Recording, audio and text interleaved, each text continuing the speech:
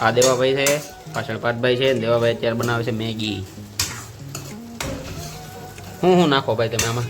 જો ડુંગળી નાખવી, બટેટા નાખવી, પછી કેપ્સિકમ બાકી સાદું મરચું હાલે.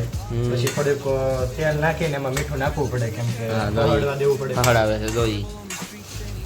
વાહ દેવાભાઈ વાહ. ટેન્શન રહેતું ત્યાં જો હવે બોમ્બ બનાવવાની રેસીપી અહીંયા ઊભી કરી છે.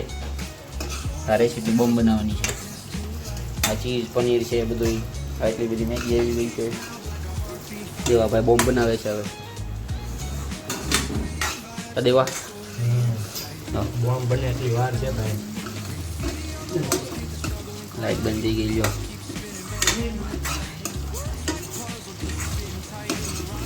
બનાવો બોમ્બ બનાવો. તું શું કરે?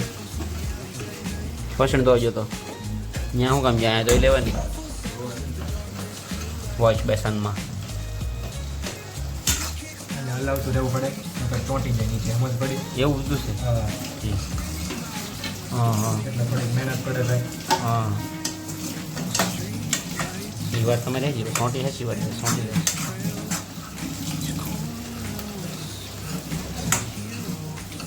તમને અનુભવ તો છે ને પાછો બનાવવાનો? અને અનુભવ તો હોય જ ને. આ બધું મિક્સ કરવાનું, હલાવવાનું. તો સોંટવા જરાય નહીં દેતા. પણ દેવાભાઈ જરાક તમે ગેસ ધીમો રાખો તો સાવ ન સોંટે.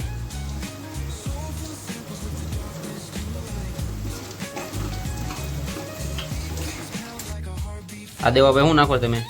આ સ્પેશિયલ મેગીનો મસાલો છે. શું વાત છે? આપણી સિવાય કાંઈ જોવા નહીં મળે.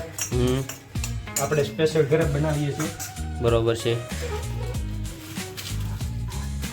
હા એવો કલર આવ્યો થોડો ઘણો.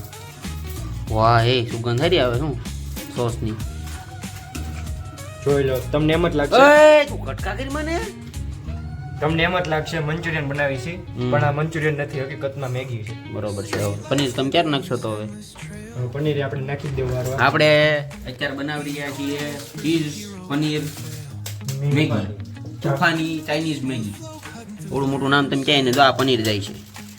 પનીર ગયું. હાલો હવે આમાં પનીર દેખાય નહીં તમને, કારણ કે બટેટા પનીર જેવા જ લાગે છે. પનીર બટેટા જેવું લાગે છે. વાહ વાહ, એકબીજાના સંબંધીઓ છે. સાચી વાત છે.